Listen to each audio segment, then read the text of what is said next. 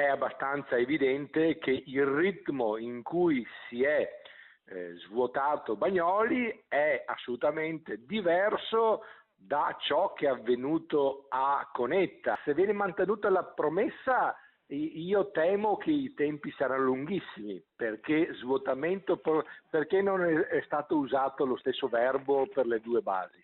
Perché è evidente, e i fatti lo confermano, che da una parte nel giro di pochissimo tempo si è trovato il posto a 200 persone. È abbastanza evidente che non c'è la politica che sta festeggiando, la politica di governo in questo caso, la chiusura di Bagnoli, e la ragione è evidentissima dal mio punto di vista, perché lo svuotamento di Bagnoli e di Cona avviene con l'accoglienza diffusa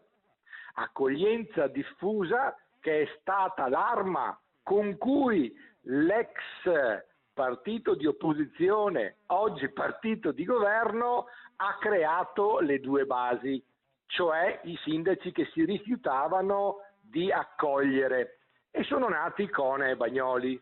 Oggi la stessa compagine che è il governo utilizza l'accoglienza diffusa per svuotare le basi. Dunque sono degli artisti.